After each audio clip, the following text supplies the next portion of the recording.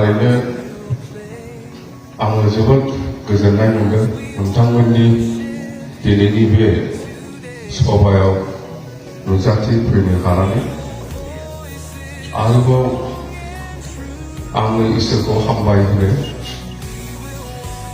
आंखौ दिनै बे सभायाव नोंथांमोनजों नुजाथिफैहोनो हादों बा इसोरनि दैदेननायावनो आङो दिनै नोंथांमोननि बे सभायाव नुजाथिफैनो हाबाय। बेखायनो आङो आफा इसोरखौबो हामबाय होनो। खुलुमबाय। दिनैनि बे जोबोद मेहेरगोनां गोथार बुब्लियाव जोंहा बेवहाय जौस्राङाव नुजाथिनो हानाय जोंनि गासैबो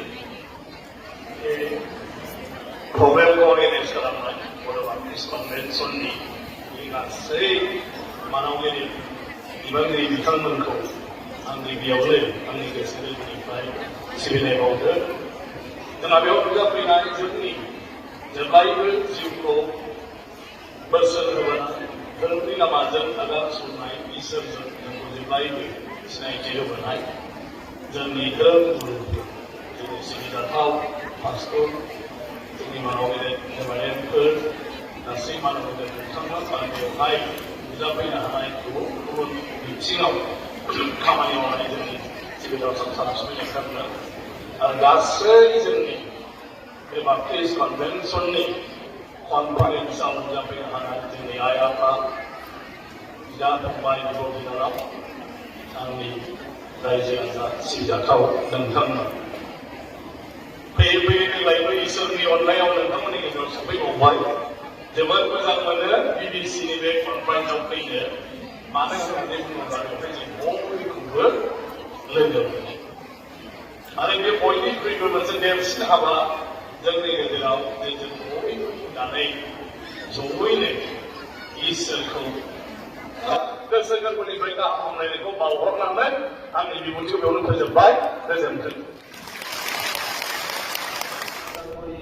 हालामाव सानब्रैनि हाबाफारिजों जोबोद गाजा गोमजायै बिबिसिआ जि मोनसे रिलिजियास डिसकासन आरो स्पिरिचुवेल डिसकासननि हाबाफारि लागोन, बेनि थाखाय आङो आंनि गोसो गोरबोनिफ्राय हामलायनाय बावदों आरो साबायखरबो बावदों। जों बयबो मिथिगौ मुलुगा जेसेबां सोलायलाङा मानो, मुलुगा जेसेबां जौगालाङा मानो, जोंनि मानसि माहारिनि गेजेराव डिसिप्लिनजों आवगायलांनांगौब्ला जोंनो स्पिरिचुवेल जि मोनसे थट्स आरो आइडिया बेखौ बयनियावबो सहैनांगोन। जोङो गोबां समाव सानो जे बे रिलिजियास डिसकासनफ्रा, धोरोमनि सावरायनायफ्रा एबा स्पिरिचुवेल डिसकासनफोरखौ मिनिंलेस होननानै, नाथाय जोंनि आत्मानि सान्तिनि थाखाय, जोंनि न'खरनि सान्तिनि थाखाय, जोंनि माहारिनि सान्ति आरो गोजोननि थाखाय आरो लोगोसे मुलुगनि गासैबो सुबुं माहारिनि डिसिप्लिन आरो जौगानांगौनि थाखाय जोंनो धोरोमनि सरसाखौ नांगौ आरो स्पिरिचुवेल माखासे नलेजखौ जोंनो नांगोन। जोङो गोबां समाव सानफ्रोमबोनि जिउ दावहायाव मालाबा बबेबा मोनसे बाथ्राखौ सानस्लाबहायियाव गोरोन्थि लामाजों आगान सुरनो नागिरो एबा जोङो नङैखौनो नंखायखौनो जोङो नंगौ बायदि सानफ्लाङो। बै समाव इसोरजों सोमोन्दो थायाब्ला, अबंलावरिनिजों खाथि सोमोन्दो थायाब्ला, अबंलावरिया जोंखौ लामा दिन्थिनायाव जोंखौ हयथ' मालाबा नायस्लाबाबायदि जागोन। जुदिअ जों बयबो अबंलावरिनिनो जोनोम होनाय फिसा, अबंलावरिनि लोगोआव फारसे खाथि सोमोन्दो थानायनि गुबै लामायानो जाबाय धोरोमनि सरसा आरो स्पिरिचुवेल मोनसे सरसा। दा बेनिखायनो दिनै बेवहाय धोरोम गुरु बिथांमोना जोबोद मोजाङै बरनायदों जे माखासे बाइबेलनि बाथ्रा आरो प्रभु जिजासनि बाथ्राफोरखौ बिथांमोना जोबोद मोजाङैनो बरनायदों, फोरमायदों जे बबे समाव जोङो माबायदि आगान सुरलांनांगोन। दा ओंखायनो जिखिनि जोंहा बिबिसिनि मेम्बार्सफोर दङ एबा फोथायगिरिफोर दङ, बे फेमिलिजों सोमोन्दो दङ, बेनि अनगायैबो गुबुन गुबुन हारि माहारि आरो गुबुन गुबुन फोथायग्राफोरजोंबो मोजां सोमोन्दो लानानै जोङो जोंनि ओनसोलाव रायजो जानाय जोंजों लोगोसे गासिबो हारि माहारिफोरखौ खौसेयै दावगालांनायाव बिबिसिआ मोनसे मोजां रल लागोन आं बेखौ हास्थायदों आरो थांनाय समावबो बिबिसिआ गोबां बिथिङाव ड्राग्सनिफ्राय लानानै समाजनि गुबुन गुबुन जेंनाफोर नुजानायाव समाजखौ फोसाबनायनि माखासे रलखौ बिबिसिआ लाबोदों दा बे हिसाबै उदालगुरि ओनसोलाव एबा बिनि खाथि खाला ओनसोलफ्राव जोंनि समाजखौ जोंनि फैबाय थानाय जेनेरेशनखौ जोंनि इयुथफोरखौ जोंनि स्टुडेन्टसफोरखौ मोनसे गोथों लामाजों दैदेनलांनायाव मोनसे गोख्रों धोरोम आफाद हिसाबै बिबिसिआ माखासे रल लागोन बेनि थाखाय आङो खावलायदों आरो आंनि गोसो गोरबोनिफ्राय फोथायनाय आङो लादों। रायजोफोर खुलुमबाय आरोबाव बिथांखि ब्लग इउटुब चेनेलनिफ्राय बयनिसिमबो गोजोननाय बावहरग्रोनाय जाबाय। आरोबाव नैथियावहाय उदालगुरियाव जानानै थांनाय बर' बाप्टिस्ट चार्च कनभेनसननि 117थि जे जथुम्मा बेयो जोबोद मोजाङै जोबनानै थांबाय देग्लायनि बोसोरावहाय आरो बे जथुम्मायावहाय जाय जोंनि बर' हारिनि दैदेनगिरि बिथांमोना नुजाहैबाय बाहागो लाहैबाय बिथांमोन साफ्रोमखौबो दैदेनगिरिफोरखौहाय आंनि गोसो गोरबोनिफ्राय गोजोननाय बावहरग्रोनाय जाबाय। दानिया फैयै जोङो बिपिएफ पार्टिनि सोमोन्दै एसे सावरायनोसै रायजोफोर। नोंथांमोना नुखाबाय बिपिएफ पार्टियावहाय आरोबाव दैदेनगिरिफोर गैला। चिफ हाग्रामा महिलारि सारनि अनगायै बिथांमोननि पार्टियावहाय गोरों गोरा रावबो दैदेनगिरिफोर गैला। दा गोबां मानसिया माखासेफ्रा सानदों जानो हागौ बिपिएफनि चिफ हाग्रामा महिलारिखौहाय सापर्ट खालामलांबाय थागोन नाथाय बिथांमोननिया रं जागोन रायजोफोर। बिपिएफनि चिफ हाग्रामा महिलारि सारा बिजाथि फसंनायावहाय मानो 3 लाख रां लाबाय थादों मिथिबायना? केन्डिडेटफोरनिफ्राय 3 लाख रांखौहाय बिथाङा बुथुमनानैहाय गावनि खरस जानायफोरखौहाय जमा खालामफिननो थांखि खालामफिनबाय बिथाङा। दा बिपिएफनि चिफ हाग्रामा महिलारि सारा आन्दाज मोनखाबाय बिथाङा जेनखासिगोन। आरो आङो नुनो मोनदों एनडिएफबिनि फाउन्डार रन्जन दैमारि सारनि बिनानाव अनजालि दैमारि मेडामाबो गोबांथार भाषण होबायगासिनो दङ। नाथाय मेडामाखौ आं बुङा सानदोंमोन मेडामनि बुंनायखौहाय आङो जोबोद मोजां मोनदों जे लाइफ स्ट'रि बुंदों बिनि थाखाय आं जोबोद मोजां मोनदों। नाथाय अनजालि दैमारि मेडामा गावनि मेगनावनो नुबोजोबखानाय मेगनावनो जाबोजोबखानाय जाथायफोरखौ नुसेयावबो आरोबाव एनडिएफबिफोरखौहाय जे जेलनिफ्राय बिपिएफ पार्टिया बख'नो हानाय नङा आरो बिथांमोननि दायित्व नङा बेखौ नुसेयावबो अनजालि दैमारि मेडामा मोनसे जायगाखौहाय बाद होनानै गुबुन मोनसेयाव बेनिफ्राय बैयाव बैनिफ्राय बेयाव बारस्लायबायगासिनो दङ। जाहोना जाहैबाय बिथाङा गावनो नांगौ मथे सिट मोनाखै रायजोफोर। बेनिखायनो बिथाङा बेबायदि भाषण होबायगासिनो दङ। बांद्राय दाफोथाय अनजालि दैमारि मेडामनि खोथाखौबो मिथिबाय दा? आइजोफोरनि गेजेराव बयजोंबो बांसिन गनायजाग्रा मानिजाग्रा अनजालि दैमारि मेडामानोमोन। नाथाय बिथाङा गावनि आखल आखुफोरखौहाय सोलायनो रोङिनि थाखायनो बेखौहाय दिनै गोबां बर' आइजोआ मोजां मोना रायजोफोर मिथिबाय दा?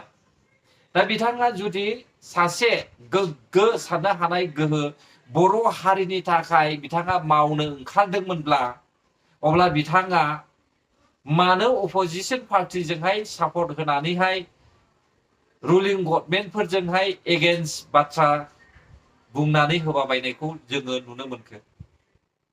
मोनथिखायो बिथाङा मोनथिया नङा मेडामा गासैखौबो मिथिखायो थेवबो बियो गादिनि थाखायनो बेफोरबायदि भाषणखौ होबायनायखौहाय जोङो खोनादों। बिकेडब्लिउएसिनि सोमोन्दै जोङो माखासे लेक्सार होबायनायखौ खोनादों रायजोफोर।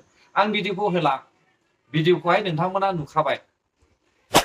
दा आं बेखौसो बुंनो सानबाय रायजोफोर बै समावहाय चन्दन ब्रह्म सारा जेब्लानाखि बिपिएफनिफ्राय ओंखारदों बे समावहाय हाग्रामा महिलारि सारा मा बुंदोंमोन एसे खोनासंलाय।